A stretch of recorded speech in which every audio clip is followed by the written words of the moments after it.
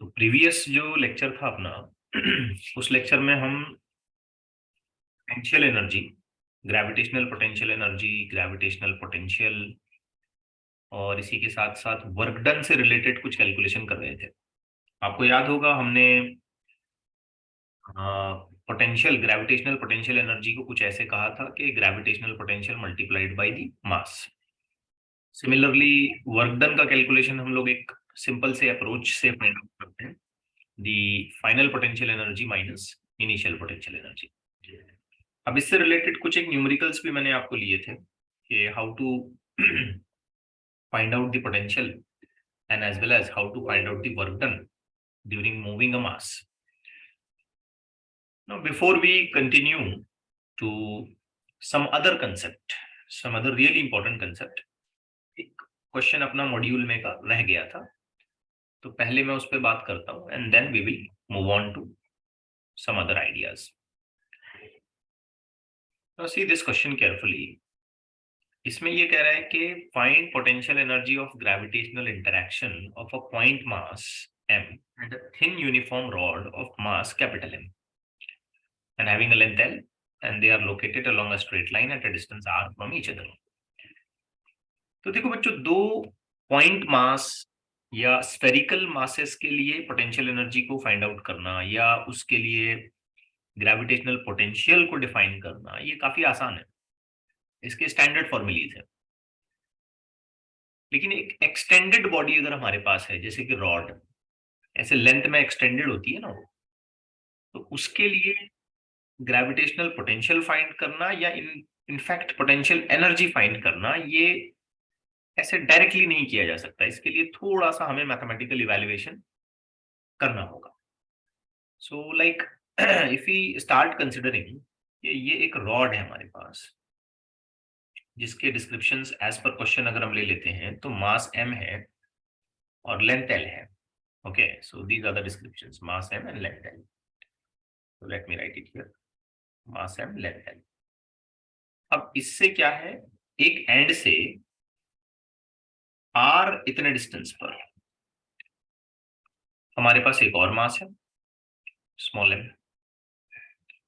अब हमें ये पता करना है कि इन दोनों के बीच में जो ग्रेविटेशनल इंटरेक्शन होगा उसकी पोटेंशियल एनर्जी कितनी डेवलप हो। ओके, सो गड़बड़ जो होती है यहाँ पे वो सिर्फ डिस्टेंस को लेकर के होती है कि अब ये रॉड ऐसे लेंथ में एक्सटेंडेड है और सामने पॉइंट मास रखा हुआ है। सो डिस्टेंस कहां से मेजर करें। सम ऑफ यू में से कि सर एंड से मेजर करते हैं, सम ऑफ यू में से कि सर दूसरे एंड से मेजर कर सकते हैं, हाउएवर सम ऑफ यू में आल्सो से कि सर सेंटर से मेजर करते हैं, but that is not the correct case. ऐसा नहीं हो सकता, हमें यहाँ थोड़ा सा मैथमेटिकल इवैल्यूएशन करना पड़ेगा। तो सबसे पहले हम क्या करेंगे, इस रॉड पर एक छोटा सा एलिमेंटल मास चॉइस करेंगे कहीं भी जहां हमारी मर्जी होगी। जैसे यहाँ पे मैंने एक छोटा सा एलिमेंटल मास चॉइस कर लिया ये। अब मैं कहता हूं कि ये जो मास मैंने एलिमेंटल लेवल पे चॉइस किया, इसको मैं पूरा ऐसे रेड कर देता हूं। ये जो एलिमेंटल मास मैंने चॉइस किया है, मैं ये कहता हूं कि इसकी मैग्नीट्यूड है या इसकी मास वैल्यू है dm और इसकी लेंथ है dx। फर्दर मैं ये भी स्पेसिफाई करूंगा कि ये जो dm मास है ये सामने वाले पॉइंट मास से x इतने डिस्टेंस पर है। ओके, तो पूरी रॉड का पोटेंशियल एनर्जी निकालने से बेहतर है कि मैं एक छोटे से एलिमेंटल मास का कैलकुलेशन पहले समझ लूं, क्योंकि इस तरीके के बहुत सारे एलिमेंट्स को जोड़ने पर ही हमें टोटल रॉड मिल सकती है। करेक्ट बात है? Yes sir. पूरी रॉड का कैलकुलेशन एकदम से नहीं करेंगे हम बोलेंगे यार पहले हम एक छोटे से एलिमेंट के बारे में तो समझ लें कि क्या मामला है। ठीक है, तो पहली स्टेप जो होती है, यहाँ पे हम लोगों ने एलिमेंट को चॉइस किया। फिर एलिमेंट को चॉइस करने के बाद हम नंबर 1 इस बात को समझने की कोशिश करेंगे कि ये मास डीएम कितना है। तो मास डीएम निकालना बहुत आसान है। मास डीएम के लिए हम एक स्टैंडर्ड फॉर्मूला यूज करते हैं, लास्ट टाइम भी मैंने आपको बताया था, linear mass density multiplied by length of element, मैंने आपको ये लास्ट टाइम भी बताया है। तो लीनियर मास डेंसिटी मतलब ऐसे कोई लंबा चौड़ा बड़ा टर्म नहीं है, कोई डरने वाली बात नहीं है, सिंपल है, total mass upon total length into length of element को हम देखते हैं dx। तो हमें पता चलता है कि dm जो एलिमेंटल मास है वो इतना है मैग्नीट्यूड। ओके, अब लीनियर मास डेंसिटी कभी कभी कुछ एक फॉर्मूले के जरिए भी दी जा सकती है, हमें कुछ एक स्टैंडर्ड कंडीशन भी बताई जा सकती है, या सीधे सीधे total mass upon total length ऐसे भी दिया जा सकता है। तो जो भी वैल्यू उसने दी है हमें वो इस्तेमाल करना है। अगर कोई वैल्यू नहीं दी है तो हम total mass upon total length को लीनियर मास डेंसिटी बोलेंगे। यूनिफॉर्म रॉड है तो M/L आ जाएगा, याद रखिए। अब बेटा इसमें सेकंड स्टेप पर आते हैं। सेकंड स्टेप में हम क्या करेंगे कि एलिमेंट की वजह से कितनी पोटेंशियल एनर्जी बन सकती है इस पर बात करेंगे। ठीक है, potential energy due to elemental mass, पूरी रॉड की वजह से नहीं, पहले सिर्फ एलिमेंट के बारे में तो समझ लें कि एलिमेंट कितनी पोटेंशियल एनर्जी बना सकता है। तो आंसर सिंपल है बेटा, इस एनर्जी को मैं ऐसे लिखता हूं du, पोटेंशियल एनर्जी को मैं ऐसे लिख रहा हूं du इज इक्वल टू, अब एज गुड एज ये भी एक छोटा सा पॉइंट मास है और ये भी एक छोटा सा पॉइंट मास है, तो मामला बहुत साफ है। पोटेंशियल एनर्जी उसी पुराने से फॉर्मूले से आ जाएगी, माइनस में g dm distance of separation x into small m। अब ध्यान से देखिए तो ये ग्रेविटेशनल पोटेंशियल हो गया और ये सामने वाला मास। ये फॉर्मूला रिकॉल हुआ बच्चों आपको? Yes sir. Okay, very good. But हमने यहाँ पे क्या किया, डीएम के लिए एक पर्टिकुलर फॉर्मेट तैयार कर रखा है, तो हम बस वो सब्स्टिट्यूट कर देते हैं। तो ये जो छोटी सी एलिमेंटल पोटेंशियल एनर्जी है हम कुछ इस तरीके से लिख सकते हैं, G बाई एक्स। ठीक है, अब डीएम को पूरा सब्स्टिट्यूशन अगर मैं लिखता हूं तो ये बन जाएगा M/L into d x into further more M। तो थोड़ा बहुत इसे अगर मैं रीअरेंज कर लूं तो इस चीज को मैं ऐसे फाइनलाइज कर सकता हूं, du is equal to minus में GM/M upon L into x into d x. ये मैंने काम पूरा कर लिया सेकंड स्टेप का, जिसमें मैंने पता किया कि potential energy due to elemental mass यानी कि छोटे से पोर्शन से कितनी पोटेंशियल एनर्जी डेवलप होगी। अब आते हैं लास्ट और फाइनल और इंपॉर्टेंट स्टेप पर, जिसमें हमें निकालना है due to complete rod. Same potential energy ही निकालेंगे due to rod end opposite mass, जो भी सामने का मास है। Now the things are very simple and as usually proceeded, जैसे हमेशा किए जाते हैं वैसे ही करते हैं। हमें बस ऐसे सोचना है कि ये जो रॉड है ये इसी तरीके के बहुत सारे छोटे छोटे एलिमेंटल मासेस से मिलके बनी है ना। यू मे थिंक यहाँ एक छोटा सा मास हो सकता है, यहाँ एक हो सकता है, यहाँ एक हो सकता है, यहाँ यहाँ यहाँ, और इसी तरीके के बहुत सारे छोटे छोटे मासेस। अगर हम इस तरीके के बहुत सारे एलिमेंटल मासेस की पोटेंशियल एनर्जी को कंबाइन कर दें, जोड़ दें, मैथमेटिक्स की लैंग्वेज में कहें इंटीग्रेट कर दें, तो क्या हमें टोटल रॉड और पॉइंट मास की पोटेंशियल एनर्जी मिल सकती है? Yes sir. Yes sir. तो सिंपल तरीका ये हुआ कि टोटल पोटेंशियल एनर्जी जिसे U कहा जाता है वो निकाली जाएगी integration of this elemental value du। पर जब हम इंटीग्रेशन लगाते हैं तो we have to put certain limit, क्योंकि ये रॉड ऐसे इनडिफिनाइट लेंथ तक नहीं चल रही है। रॉड का अपना एक सिनेरियो है, अपनी लेंथ की कंडीशन है। तो रॉड की लेंथ कहां से शुरू होती है? जब ये पॉइंट मास और रॉड r डिस्टेंस पर है, और रॉड की फाइनल लेंथ कहां तक जाती है? जब ये पॉइंट मास और रॉड r+L डिस्टेंस पर है। ठीक है, तो डिस्टेंस की लिमिट हमें कहां से लगानी पड़ेगी? r से लेकर के यानी कि r+L। बस काम खत्म। अब ये जो वैल्यू आई है आपकी, यहां आप ला करके पुटअप कर दीजिए इसको। So you may get the overall potential energy is equal to integration, okay, integration r से लेकर के r plus L negative G M, ठीक है, ये वैल्यू लिख रहा हूं बेटा मैं, G M m divided by L x into dx. अब आप इसमें थोड़ा सा सोचें कि जो फैक्टर्स पूरी तरीके से कांस्टेंट हैं, जिनका इंटीग्रेशन नहीं किया जा सकता, they will be taken out of the integration. Standard तरीका है, बिल्कुल हमेशा जैसे किया जाता है। तो माइनस बाहर ले लिया, जी बाहर ले लिया, capital M small m L ये बाहर चला गया। इंटीग्रेशन जो कि स्टार्ट हो रहा है लोअर लिमिट आर से लेकर के upper limit r plus L, ये 1/x dx पर इंटीग्रेट करेगा। क्लियर हो गई बात यहां तक? Yes sir. अब आपको कुछ स्टैंडर्ड इंटीग्रेशन मैंने लिखा के दिए थे बिल्कुल स्टार्ट में, 7-8 ही वैल्यूज, सॉरी 7-8 ही फॉर्मुलीज हैं, उतने फॉर्मुलीज याद रख लीजिए तो पूरी नीट की एग्जामिनेशन के लिए काफी हो जाते हैं। उसमें से एक फॉर्मूला मैंने आपको ये भी बताया था, 1/x का इंटीग्रेशन, किसी को याद आ रहा है? Yes, log n, very good बेटा, लॉग ऑफ x, शाबाश। या हम इसे ऐसे लिखते हैं ln ऑफ x, करेक्ट है? Yes sir. Yes sir. But हमें ये सोचना होगा कि इसकी लोअर लिमिट क्या है r और अपर लिमिट क्या है r प्लस एल।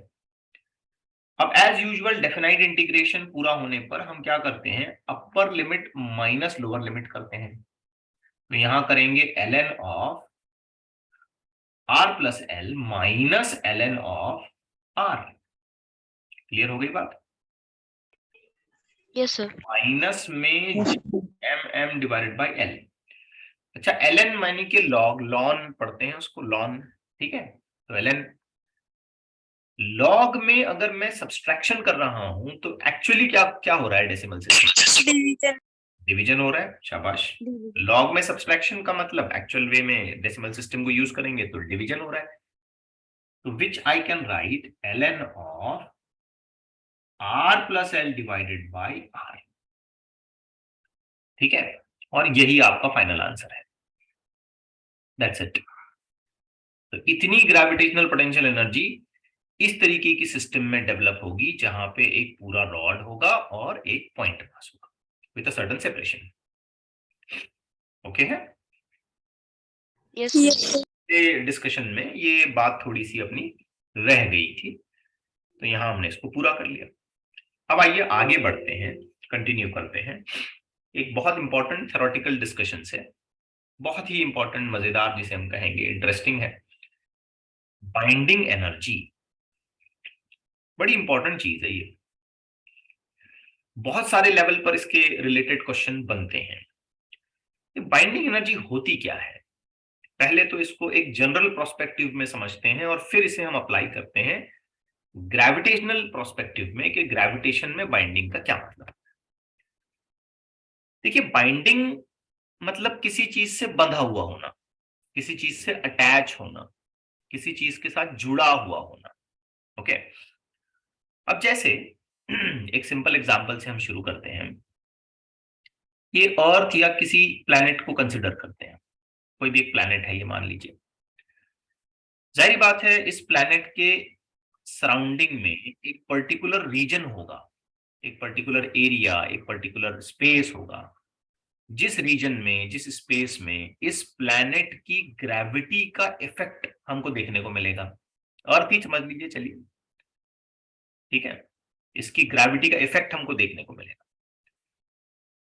कोई भी दूसरा ऑब्जेक्ट अगर इस ग्रेविटेशनल फील्ड में है तो इसका मतलब यही हुआ ना कि वो इस प्लैनेट से, अर्थ से, या कह लीजिए अर्थ की ग्रेविटी से बाइंडेड है, बंधा हुआ है, ठीक है। जैसे हम, तुम, सब लोग, हम अर्थ से अटैच हैं, अर्थ को छोड़ करके हम जा नहीं सकते, या अगर हमें अर्थ को छोड़ करके जाना है तो हमें लॉट ऑफ एनर्जी का इस्तेमाल करते हुए ऐसे अर्थ से दूर जाते रहना है, जाते रहना है, जाते रहना है, और स्पेस में फिर हम छूट जाएंगे। एट दिस मोमेंट अगर मैं एक स्टोन ले लूं या एक ऑब्जेक्ट ले लूं और बहुत जोर से भी ऊपर फेंकूं तो क्या होगा? इमेजिन करिए, थोड़ी देर के लिए तो ऊपर चला जाएगा, उसके बाद क्या होगा? नीचे आएगा। इसका मतलब अर्थ ने उसको जाने नहीं दिया, अर्थ ने उसको बांधे रखा है, अर्थ उसको छोड़ नहीं रही है। तो ये ग्रेविटी का बड़ा ही एक फंडामेंटल फिनोमेना है कि कोई भी ऑब्जेक्ट अपनी ग्रेविटी में सराउंडिंग ऑब्जेक्ट्स को बाइंड करता है, बांधता है, जोड़ता है, अटैच रखता है, बाहर जाने नहीं देता है, उसे छोड़ता नहीं है। ठीक है, अब मान लें, समझने की कोशिश करिए, मान लें कि यहां पर एक ऑब्जेक्ट है, एक बॉडी है, कोई भी एक बॉडी हो सकती है। ये बॉडी कोई ऑर्डिनरी बॉडी हो, सैटेलाइट हो, ठीक है, मून हो, कुछ भी।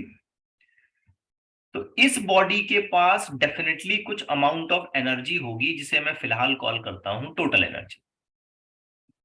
ठीक है, कुछ अमाउंट ऑफ एनर्जी होगी, और उस एनर्जी से इस प्लैनेट ने क्या किया है, इस बॉडी को बांधे रखा है, जोड़े रखा है, अटैच कर रखा है। कंसेप्ट क्लियर हो रहा है? Yes sir. Yes sir. Suppose तुम इस बॉडी को इस ग्रेविटेशनल फील्ड से फ्री करना चाहते हो, बाहर ले जाना चाहते हो, तो इसका क्या तरीका हो सकता है? तो बच्चों, इसका सिंपल और आसान सा तरीका ये होता है कि तुम इस बॉडी को कुछ एनर्जी प्रोवाइड करो, उस एनर्जी का इस्तेमाल करते हुए, उस एनर्जी को यूज करते हुए ये बॉडी ग्रेविटेशनल फील्ड से बाहर जा सकती है। समझे? ऐसे ही नहीं जाएगी, तुमको इसको कुछ एनर्जी देना पड़ेगा, जिसका यूज करके ये बॉडी ग्रेविटेशनल फील्ड से बाहर जा सकती है। अब सवाल ये पैदा होता है कि मैं इसे कितनी एनर्जी दूं तो ये बाहर जाए। तो इसका आंसर बड़ा सिंपल है बेटा, इसे उतनी ही एनर्जी दो जितनी इसके पास है। ये टोटल, अब सुनने में थोड़ा सा अजीब लगा होगा आपको, जितनी एनर्जी से ये बंधा हुआ है उतनी ही एनर्जी अगर मैं दूं तो ये बाहर कैसे जाएगा? तो एक सिंपल एग्जांपल से मैं आपको समझाता हूं, एकदम सिंपल। मान लेते हैं एक वॉल है, दीवार है, इस पर एक चीज पेस्ट की गई है। ठीक है, इमेजिन करिए इस पर एक चीज पेस्ट की गई है, और इसे पेस्ट करने के लिए 10 जूल की एनर्जी का खर्च किया गया, 10 जूल की एनर्जी से उसको चिपकाया गया है। बेटा, अगर मैं इस चीज को निकालना चाहता हूं, if I want to remove it, तो कितनी एनर्जी का यूज करके मैं इसको निकाल पाऊंगा? 10 जूल।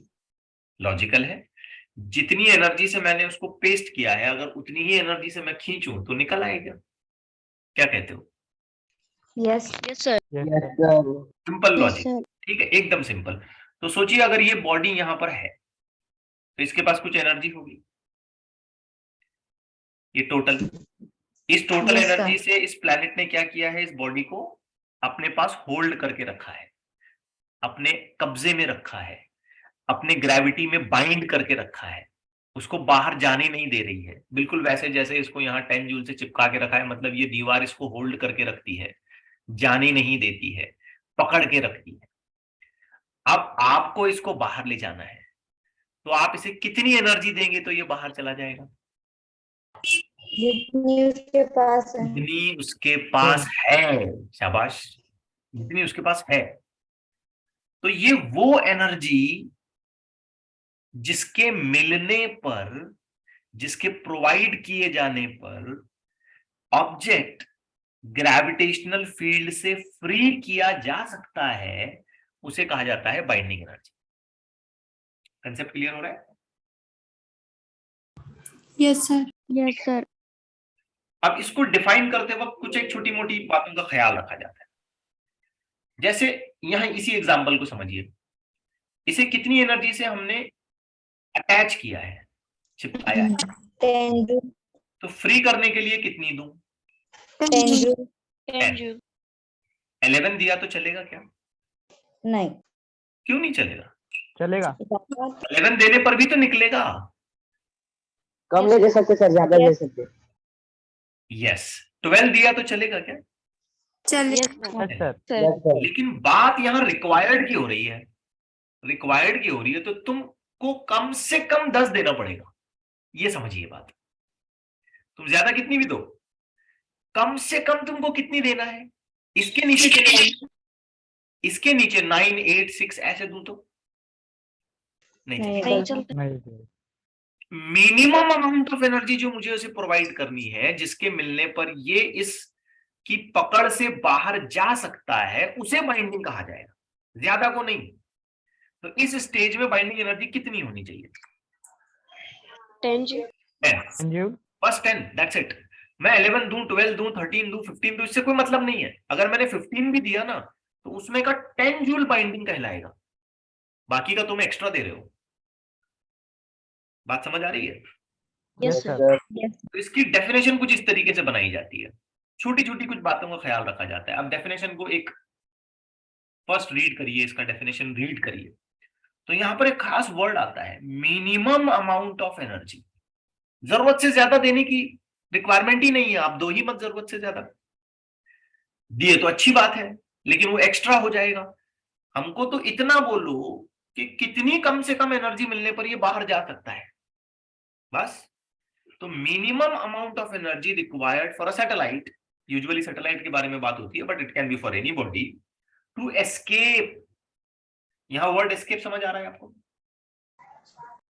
एस्केप का मतलब है ग्रेविटेशनल फील्ड से बाहर जाना, बाहर ले जाए। ठीक है, मैं ये समझा भी चुका था आपको। From the earth gravitational influence, influence यानी कि फील्ड, अर्थ की ग्रेविटेशनल पकड़ से बाहर जाना is called as the binding energy of satellite. Fundamentally एक बात याद रखिए कि binding energy is always equal to total energy, ठीक है? Binding energy is always equal to what? Total energy. जितनी है उतनी दो ना तुम, तो जाएगा वो। Getting the point? कम से कम उतनी तो देना ही पड़ेगा तुमको। Yes sir. जैसे इमेजिन करो यहाँ टेबल पर एक 10 किलो का ऑब्जेक्ट रखा हुआ है, तो टोटल डाउनवर्ड फोर्स कितना हो गया उसका? 100 न्यूटन। मुझे उसको उठाना है, यस कम से कम कितना फोर्स लगाना पड़ेगा? 100 न्यूटन। उठा के मैं टेबल से अलग कर सकता हूं उसको, तो कम से कम 100 तो देना ही पड़ेगा। उसी तरीके से जितनी भी एनर्जी से कोई बॉडी अर्थ के साथ, किसी प्लैनेट के साथ बंधी हुई होती है, वो कहलाता है टोटल। एग्जैक्टली उतनी अमाउंट ऑफ एनर्जी उसको दे दो, वो जाएगा बाहर। तो जो अमाउंट ऑफ एनर्जी तुमने दी उसे कहा जाएगा बाइंडिंग एनर्जी। क्या बात समझ आई मेरी? Yes sir. अब इसमें एक बात होती है कि जो बाइंडिंग एनर्जी होती है ना, ये हमेशा पॉजिटिव नेचर की होती है, इसे देना पड़ता है। An amount of energy given, ये हमेशा पॉजिटिव होती है। और ग्रेविटेशनल टोटल एनर्जी के साथ दिक्कत यह है कि ये हमेशा नेगेटिव होती है। तो ग्रेविटेशनल टोटल एनर्जी का वैल्यू हमेशा कैसा होगा? नेगेटिव। बाइंडिंग एनर्जी का नेचर कैसा होगा? पॉजिटिव। मुझे बताओ कि एक नेगेटिव एनर्जी को तुम पॉजिटिव कैसे बनाओगे? आंसर सिंपल है, माइनस लगाओ। सोचो ये टोटल एनर्जी -10 जूल है, इमेजिन करो। ये तो नेगेटिव होती है, मैंने कहा ये -10 जूल है। अब -10 को वापस से माइनस से मल्टीप्लाई करोगे तो क्या हो जाएगा? +10 जूल हो जाएगा। तो कंसेप्चुअली ये तो ठीक बात है कि बाइंडिंग एनर्जी मैग्नीट्यूड में टोटल एनर्जी के इक्वल होती है, लेकिन टेक्निकली एक बात में हमको यहाँ पर इंट्रोड्यूस करना है कि binding energy is equal to negative of total. याद रखिए, नेगेटिव ऑफ टोटल, ठीक है? और बाइंडिंग एनर्जी का नेचर हमेशा कैसा होगा? पॉजिटिव। कॉन्ट्ररी, टोटल एनर्जी का नेचर हमेशा कैसा होगा? नेगेटिव। नेगेटिव। अब मैं दो तरीके से बेटा आपको बाइंडिंग एनर्जी समझाने की कोशिश करता हूं। दो अप्रोच है अपने पास, या दो स्टैंडर्ड फॉर्मूलीज हैं जो कि बहुत आसान है। स्टैंडर्ड रिजल्ट्स को आप अच्छे से याद रखिए। सबसे पहले हम बाइंडिंग एनर्जी फाइंड आउट करेंगे किसी सैटेलाइट की या किसी बॉडी की जो रेस्ट पर है on the surface of earth. Rest पर है, बात याद रखिए। ऑब्जेक्ट है हमारे पास, लेकिन सरफेस ऑफ अर्थ पर या अर्थ के नियर कहीं भी रेस्ट पर है, रुका हुआ है। बच्चों, अगर कोई भी चीज रेस्ट पर होती है तो उसके लिए सिंपल कंक्लूजन बनता है कि काइनेटिक एनर्जी 0 है। नो चांस, काइनेटिक एनर्जी 0 है, हो ही नहीं सकता। चलेगा नहीं तो वेलोसिटी नहीं आएगी, वेलोसिटी नहीं आएगी तो काइनेटिक एनर्जी का सवाल ही नहीं पैदा होता। नेक्स्ट बात करते हैं पोटेंशियल एनर्जी की। अब बेटा अर्थ के हिसाब से तुम सोचो तो सिनेरियो तो कुछ ऐसा होगा ना, ये अर्थ है, ये अर्थ का मास m, ये इसके सरफेस पर कोई दूसरी बॉडी रखी हुई है मान लो, उसका मास m, ये रेडियस r। तो अगर आप पोटेंशियल एनर्जी लिखने जाओगे तो आंसर आएगा -Gmm divided by r। Correct है? Yes sir. Yes sir. Potential multiplied by mass. ये फॉर्मूले तो याद होने चाहिए। अब काइनेटिक पता चली, पोटेंशियल पता चली, थोड़ा सा स्ट्रगल करो, बताओ मुझे कि टोटल एनर्जी कितनी होगी। आंसर सिंपल है, kinetic energy plus potential. Total energy मतलब उसके सारी टोटल एनर्जीज को गिन लो। तो अब आप एक काम करो, काइनेटिक और पोटेंशियल की वैल्यू वहां पे पुटअप करो, तो आपको देखने को मिलेगा कि total energy is equal to kinetic तो 0 है, पोटेंशियल होगी -Gmm डिवाइडेड बाई r। तो फाइनली आंसर मिला total is equal to -Gmm divided by r। तो ये इसकी टोटल एनर्जी हो गई। बात क्लियर हो गई? Yes sir. यस। अब थोड़ा सोचें समझें और ये बताएं कि बाइंडिंग एनर्जी के लिए क्या लिखना चाहिए। नहीं, मुझे फॉर्मूला बताओ। Minus total energy. Minus of total energy. अब टोटल एनर्जी खुद नेगेटिव है और उसके सामने और माइनस आ रहा है, तो ये माइनस कन्वर्ट हो गया प्लस में। आंसर क्या हो गया? Gmm by r। खास मैं इंटेंशनली यहाँ पे लगाऊंगा प्लस ताकि तुमको याद रहे। तो ये होती है binding energy for any random object या satellite which is at rest on the surface of earth. बात क्लियर हो गई एकदम अच्छे से? Yes sir. अगर हम वाकई ये चाहते हैं कि हम किसी ऑब्जेक्ट को अर्थ के सरफेस से उठा करके ग्रेविटी ऑफ अर्थ जहां तक है, ग्रेविटेशनल फील्ड ऑफ अर्थ जहां तक है, वहां से उठा के बाहर फेंकना चाहते हैं, तो हमको उसको इतनी एनर्जी देनी पड़ेगी। That simple. Now before we proceed in detail, मैं एक छोटे से क्वेश्चन को पहले लेता हूं, छोटा सा क्वेश्चन लेता हूं। Find the binding energy of the body of mass 50 kilogram eight rest on the surface of अर्थ। तो अभी आपको फॉर्मूला बताया मैंने, binding energy is equal to plus में Gmm by r। Gmm by r। ठीक है, so let's continue with the data. G का value plus भूलना नहीं है, 40/6 10 to the power -11। M का value 6 into 10 to the power 24। Small m 50 kilo. Radius की बात करें 6400 into 10 to the power 3 metre radius इतना होगा। अब जो जो चीजें कैंसिल कर सकते हो कैंसिल करो, क्वेश्चन डेटा को सिंप्लीफाई करो, ये 0 कट गया, ये 0 कट गया, ये 0 भी गया, ये 0 भी गया। ठीक है, जितना सिंप्लीफाई हो सकता है काटो। ये 4 काट दिया, यहां से 64 कितना हो गया? 16। Okay, so if we further do the calculation, आपको मिला 5/16। नंबर्स तो यही बचे 5/16। इधर है 10 to the power -11, इधर है 24 में से 11 निकाल दो, कितना आया? 13। ये 3 ऊपर चला गया, 10 -3 हो जाएगा, तो इफेक्टिवली कितना हुआ? 10। अब 5/16 डिवाइड कर दो, बता दो क्या आंसर आता है। Do it quickly. 0.31 कितना? 31। Okay, so that will go to 0.31 into 10 to the power 10। थोड़ा बहुत इसे ठीक ठाक डेसिमल में कन्वर्जन कर लेते हैं, so that will appear 3.1 into 10 to the power 9 joule. अंदाजा आ रहा है कितनी एनर्जी देनी पड़ेगी? तो एक 50 किलोग्राम के ऑब्जेक्ट को हम सरफेस ऑफ अर्थ से उठा करके ग्रेविटेशनल फील्ड से बाहर फेंकना चाहते हैं, को फ्री करना चाहते हैं, उसको एस्केप करवाना चाहते हैं, तो हमें इतनी अमाउंट ऑफ एनर्जी उस ऑब्जेक्ट को देनी पड़ेगी, तो वो जा सकता है बाहर। ठीक है, बट इट्स ह्यूज, बहुत बड़ी अमाउंट ऑफ एनर्जी। आमतौर पर इतनी एनर्जी हम किसी ऑब्जेक्ट को प्रोवाइड नहीं करते हैं। इतनी आसानी से अगर किसी चीज को ग्रेविटी ऑफ अर्थ से फ्री कर दिया जाए, ग्रेविटेशनल अर्थ अर्थ के ग्रेविटेशनल फील्ड से फ्री कर दिया जाए तो बहुत सारे ऑब्जेक्ट्स उठा उठा के बाहर फेंकना शुरू कर देंगे ना। तो ये आसान काम नहीं है। Okay, it needs lot of energy, it needs lot of techniques how to do it, कैसे करें, कितनी एनर्जी दें, अभी हम बात करेंगे उस पर और आगे। तो ये पहला अप्रोच आपको समझ में आया? Yes, sir. Yes, जहां sir. पर कोई ऑब्जेक्ट रेस्ट पर है, अर्थ के सरफेस या सरफेस से नजदीक कहीं भी हो सकता है, रेस्ट पर है, तो उसके लिए इतनी बाइंडिंग एनर्जी का रिक्वायरमेंट है। अब सेकंड पार्ट पर आते हैं। लेट्स ड्रॉ अ इक्वेशन और a derivation for binding energy of a satellite which is revolving in the circular orbit around earth. Orbit में घूम रहा है सैटेलाइट, तो उसके लिए हमें बाइंडिंग एनर्जी को क्लेम करना है, उसके लिए हमें बाइंडिंग एनर्जी निकालनी है। ओके, एक छोटी सी डायग्राम से इसको समझने की कोशिश करते हैं। ये अर्थ मैंने बना दी यहां पे, ठीक है। लेट्स से कि ये ऑर्बिट है जिसमें सैटेलाइट घूम रहा है, like this.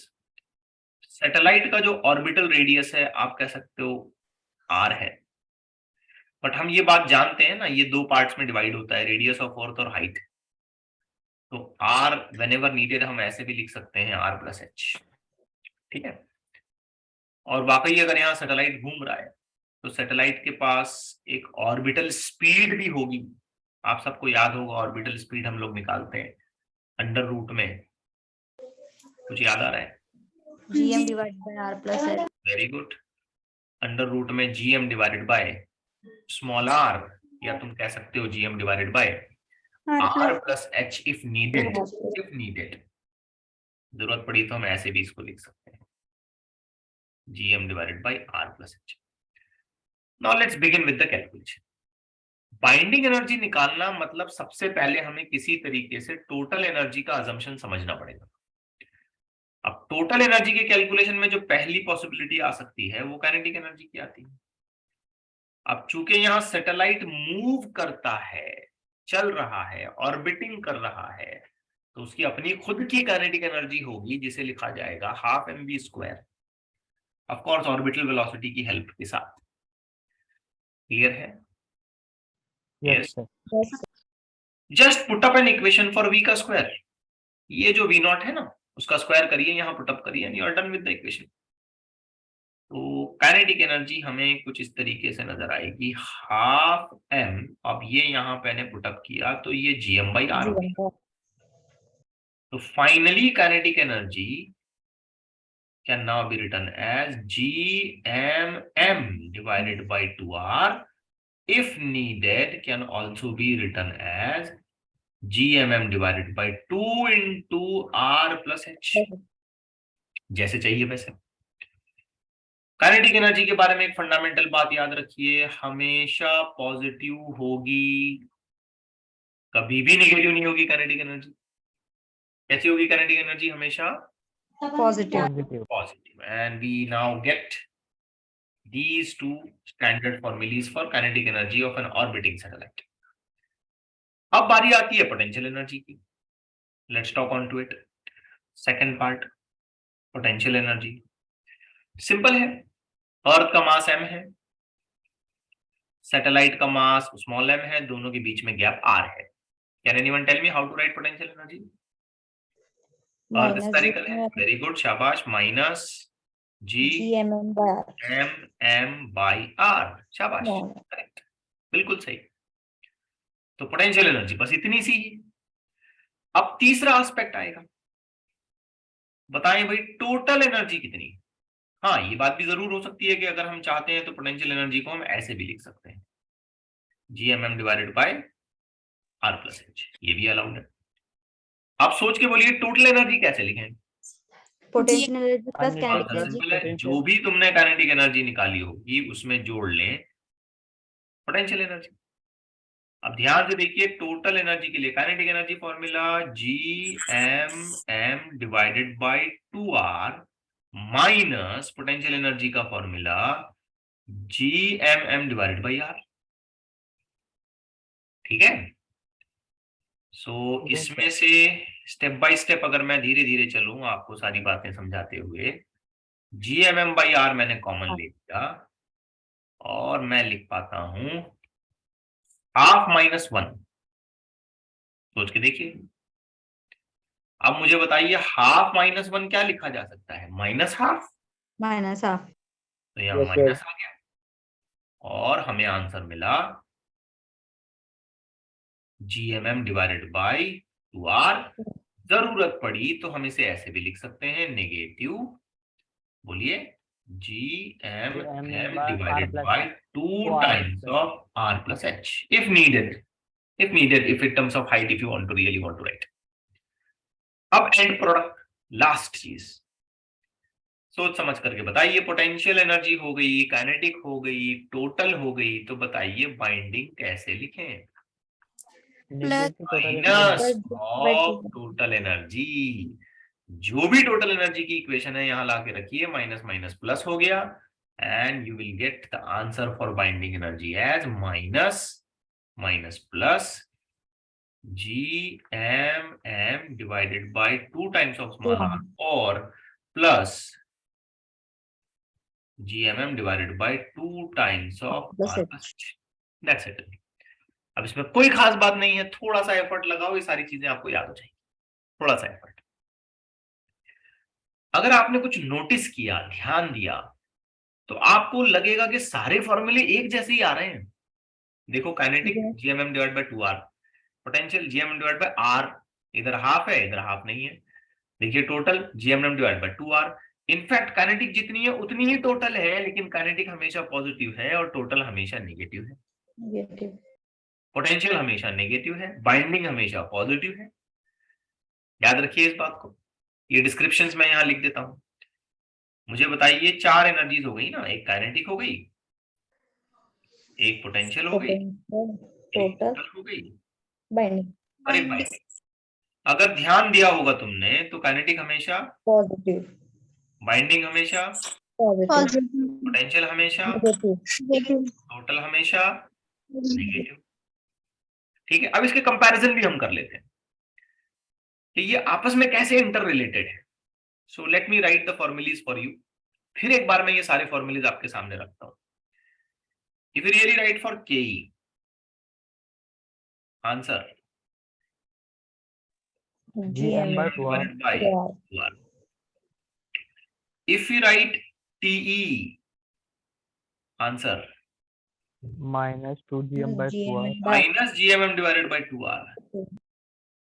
And if you write BE plus GMM by 2R. GMM divided by 2R. तो आप तो चौंकेंगे, आप बोलेंगे यार ये तो तीनों सेम है। हाँ बिल्कुल, ये तीनों सेम आ रहे हैं। खाली फर्क ये होगा कि काइनेटिक एनर्जी प्लस है, टोटल एनर्जी नेगेटिव है और बाइंडिंग एनर्जी पॉजिटिव है। हर एनर्जी का अपना अपना रोल है। ये एनर्जी सैटेलाइट के ऑर्बिटल मोशन की वजह से आ रही है, चलने की वजह से आ रही है। ये एनर्जी सैटेलाइट के पास टोटल इफेक्टिव एनर्जी है, पोटेंशियल और काइनेटिक मिला के, और ये वो एनर्जी है जिसे अगर हम प्रोवाइड करें तो सैटेलाइट अर्थ के ग्रेविटेशनल फील्ड को छोड़ के बाहर चला। बात समझ आई? Yes sir. अब इन तीनों के साथ एक जबरदस्त कंपैरिजन है पोटेंशियल एनर्जी का। क्या है? Minus GMM divided by R। देखो तो, देखो, समझने की कोशिश करो। अब सबसे पहले मैं कुछ बेसिक कंपैरिजंस करता हूं। क्या मैं ऐसे लिख सकता हूं मैग्नीट्यूड के हिसाब से?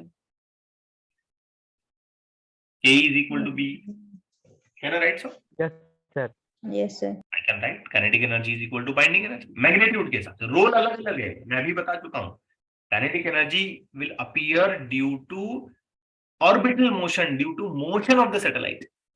बाइंडिंग एनर्जी वो एनर्जी है जिसे हमें देना पड़ेगा सैटेलाइट को ताकि वो ग्रेविटेशनल फील्ड से बाहर चली जाए। ठीक है, बट मैग्नीट्यूड वाइज तो दोनों सेम निकले। अच्छा, क्या मैं ऐसे लिख सकता हूं कि kinetic energy is equal to negative of total energy? Yes, yes sir. बिल्कुल लिख सकता हूं। अच्छा, क्या मैं ऐसे लिख सकता हूं कि binding energy is negative of total energy? Yes Yes, sir. बिल्कुल लिख सकता हूं। अच्छा, क्या मैं ऐसे लिख सकता हूं कि kinetic energy is equal to minus half of potential energy? हाँ बिल्कुल लिख सकता हूँ बेटा, ध्यान से देखो। पोटेंशियल एनर्जी की इक्वेशन में GMM/R है, काइनेटिक में भी GMM/R है, खाली ये हाफ का एडजस्टमेंट करना था तो बाहर से मैंने लगा दिया। करेक्ट है। Yes sir.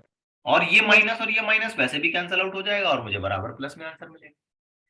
तो इसका मतलब तो मैं ऐसे भी लिख सकता हूं, binding energy is equal to negative of half of potential energy. Check करिए यस इक्वेशन। सर। और इसका मतलब मैं ये भी लिख सकता हूं कि total energy is equal to half of potential energy. Total में यहां माइनस लगाने की जरूरत नहीं है क्योंकि पोटेंशियल भी नेगेटिव है, टोटल भी नेगेटिव। तो ऐसे Yes, sir. बहुत सारे कंपैरिजंस हम इंटरनली क्रिएट कर सकते हैं। कोई एक एनर्जी अगर हमें पता चल जाती है तो रिमेनिंग अमाउंट ऑफ एनर्जी हम बिल्कुल कंपैरेटिवली फाइंड आउट कर सकते हैं। Are you getting the point? Yes, sir. Okay, now before moving on to certain comparisons, certain you may say graphical representations, मैं कुछ एक न्यूमेरिकल्स आपके सामने रखता हूँ। सिंपल न्यूमेरिकल, कोई खास बात नहीं है। आज मैं कोई ऐसा टिपिकल क्वेश्चन नहीं लूंगा, थ्योरी पेपर के हिसाब से मैं न्यूमेरिकल को क्लेम कर रहा हूँ। ओके, एकदम सिंपल सा न्यूमेरिकल। चलिए इसे ट्राई करिए। ओके, इसे ट्राई करिए, यहाँ ऊपर यहीं रख देते हैं। चलिए इसे ट्राई करिए, ठीक ठाक। Find total energy and binding energy of an artificial satellite of mass 1000 kilogram orbiting at a height of 1600 kilometer above the surface of Earth. तो टोटल और बाइंडिंग निकालना है। मास 1600 और ये 1600, सॉरी मास 1000 किलोग्राम और ये 1600 किलोग्राम। तो चलिए टोटल से शुरू करते हैं। बताइए टोटल का formula, minus GMM by divided by R, नहीं है बेटा 2R. 2R. ध्यान से देखो, r plus h, Yes, yes. because we know this small r is nothing but equal to r plus h. अब डेटा के हिसाब से बात करूंगा ना तो ये फैक्टर क्या है, स्मॉल m, और ये फैक्टर क्या है, h। चलिए ये पेज की लेंथ एंड हो गई है, बट मैं यहीं पर क्वेश्चन को मैनेज करूंगा। आपको स्क्रीन पर दिखाई दे रहा है ठीक से? Yes, Yes, sir. sir. अब आप क्या करें, फटाफट डेटा पुटअप करना शुरू करें। तो total energy is equal to, ये माइनस भूलना नहीं, जी का वैल्यू हम सब लोग जानते हैं, 40/6 into 10 to the power minus 11 into m, 6 into 10 to the power 24, ये स्मॉल m, 1 2 3 1000 डिवाइडेड बाय, ये 2 भूलो मत बेटा, ये 2, ये r का वैल्यू कितना 6400 into 10 to the 3. Plus h का वैल्यू कितना 60 into किलोमीटर का metre 10 to the power 3, kilometre का मीटर किया 10 to the power 3 हो गया।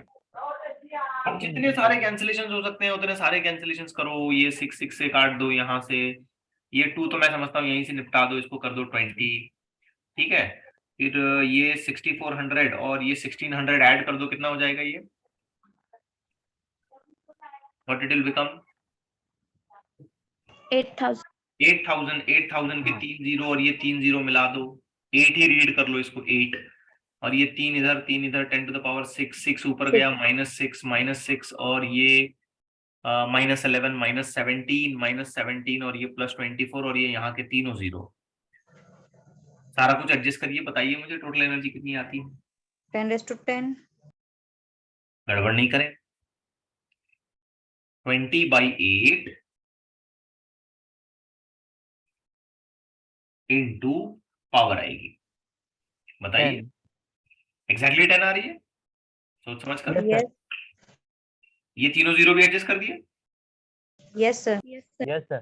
ये 10 to the power 3, इधर का 3 मिला हाँ के सर, सब करें. हाँ सर, सब करें।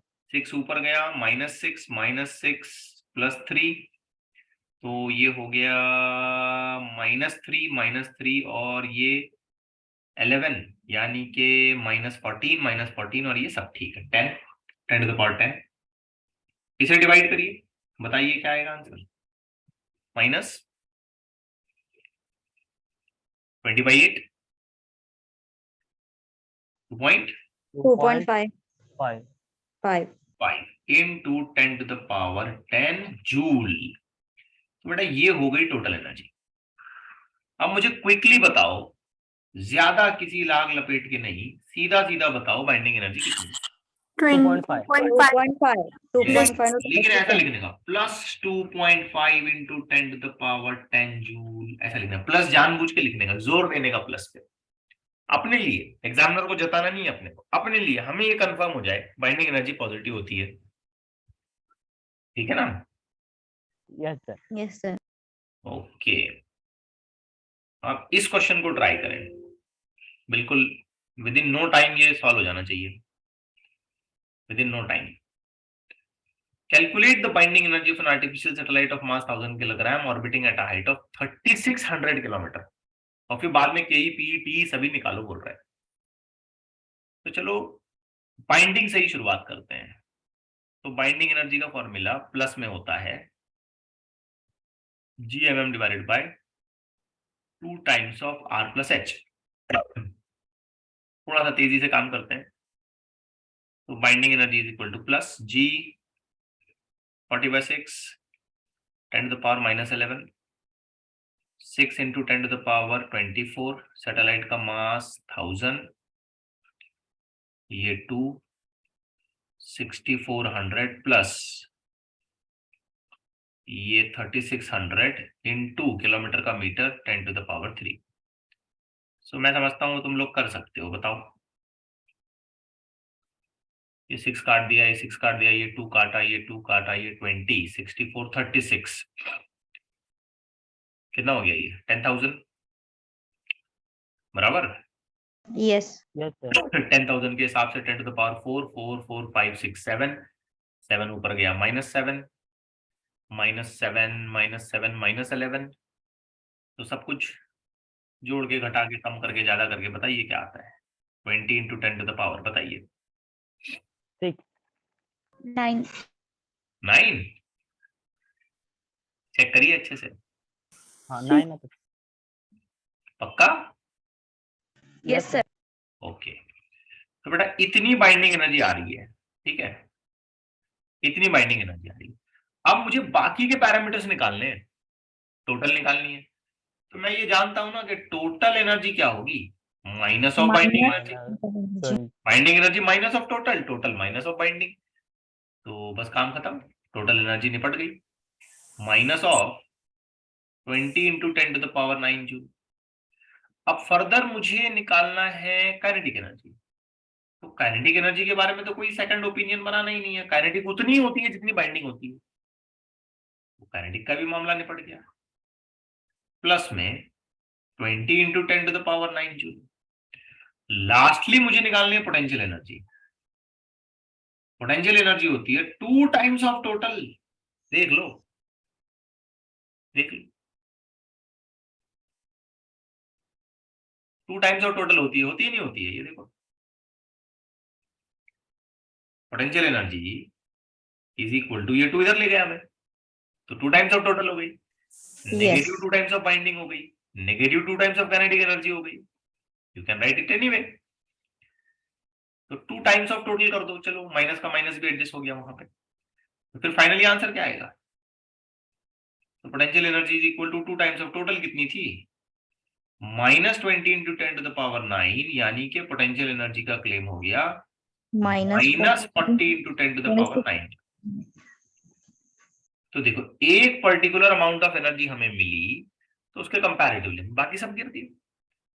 अच्छा एक बात याद रखना, ये जो रिलेशंस है ना, ये सिर्फ उस सिचुएशन में एप्लीकेबल होंगे जब कोई सैटेलाइट या कोई बॉडी जो है ना ऐसा ऑर्बिटिंग कंडीशन में है, तभी ये रिलेशन आएंगे। हर बार ये रिलेशन नहीं आएंगे। अगर बॉडी रेस्ट पे है, याद करो रेस्ट वाला प्रॉब्लम याद करो, बॉडी रेस्ट पे है तो ऐसी कोई रिलेशन नहीं आती है, वहां तो काइनेटिक 0 होती है। समझ रहे हो? Yes sir. यस तो रट्टा लगाओगे तुम Yes, ऐसे sir. सोच के कि ये करना है, टोटल बाइंडिंग ये करना है, हमेशा इक्वेशन इक्वेट करते रहना है, ये सब जगह चलेगा, ऐसा नहीं। एकदम सोच के काम करना है। रेस्ट वाली हालत बिल्कुल अलग है और ऑर्बिटिंग वाली कंडीशन बिल्कुल अलग है। तो see the condition of satellite या बॉडी के वो कौन सी हालत में है and then you start comparing it. अब एक और चीज भी आती है एग्जामिनेशन में, कई बार मतलब पूछी गई है कि ये जो सारे फॉर्मूले हमें मिले, जैसे मैं फिर एक बार इन फॉर्मूलीज को तुम्हारे सामने रखता हूं। Binding is equal to plus GMM divided by 2R, है ना, total is equal to minus GMM divided by 2R, kinetic is equal to plus GMM divided by 2R, and lastly potential is equal to minus GMM by R. अभी जो set of formulae बनी है इनके graphical conditions क्या हैं, graphically कैसे इसे बताया जाएगा डिस्टेंस के हिसाब से। तो बड़ा ही सिंपल सा तरीका है बेटा इसको रिप्रेजेंट करने का। अब ग्राफ की तरफ जरा केयरफुली नोटिस करें कि ग्राफ बनता कैसे। ये एक्सिस जो है कुछ ऐसे बनानी पड़ेगी। ये डिस्टेंस का एक्सिस हो गया, सरफेस ऑफ अर्थ से हम डिस्टेंस बढ़ाते जा रहे हैं। एनर्जी दोनों तरफ हमको मेजर करनी पड़ेगी, पॉजिटिव साइड भी और नेगेटिव साइड भी। अब आप ही बताओ ऐसा क्यों? क्योंकि कुछ कुछ एनर्जीज हमारे पास कैसी है, पॉजिटिव और नेगेटिव। पॉजिटिव है, और कुछ कुछ एनर्जीज हमारे पास कैसी हैं, नेगेटिव। नेगेटिव है। और मेरे कंक्लूजन्स को बहुत ध्यान से सुनना, बहुत ध्यान से सुनना कंक्लूजन्स को। अब बेटा ध्यान से देखो तो बाइंडिंग और काइनेटिक मैग्नीट्यूड में सेम ही है, कोई फर्क नहीं है ना, दोनों में कोई फर्क नहीं है। Yes sir. यस। अच्छा, जैसे जैसे मैं डिस्टेंस बढ़ाऊंगा तो रिलेशन तो इनवर्स है, डिस्टेंस बढ़ेगा तो बाइंडिंग एनर्जी कम। बाइंडिंग या काइनेटिक एनर्जी दोनों की बात कर लें तो वो कम होती जाएगी। तो इसका जो ग्राफ बनता है वो कुछ इस नेचर का बनता है, लाइक दिस, थोड़ा और ऐसे एक कर्व नेचर बनता जाएगा इसका, लाइक दिस। स्ट्रेट लाइन नहीं आएगा, ठीक है, क्योंकि ये यूनिफॉर्म लेवल पर चेंज नहीं होता है। R प्लस एच का वैल्यू है उसमें, ये R कोई डायरेक्ट अकेला नंबर नहीं है, एक्चुअली R प्लस एच है। R तो कांस्टेंट है, H चेंज होता जा रहा है, समझ रहे हो? तो इस तरीके का एक कर्व आएगा, और ये सिंगल कर्व हमें दोनों वैल्यूज को बताएगा, बाइंडिंग को भी बताएगा और किसको बताएगा, काइनेटिक को भी बताएगा। अब बात करते हैं कि टोटल और पोटेंशियल का क्या मामला है। तो मुझे ये बताओ, टोटल ज्यादा है या पोटेंशियल ज्यादा है? टोटल। टोटल। सोच के बोलो बेटा, ऐसे क्या करते हो? पोटेंशियल। ये देखो, ज्यादा। Potential is equal to 2 times of total ना।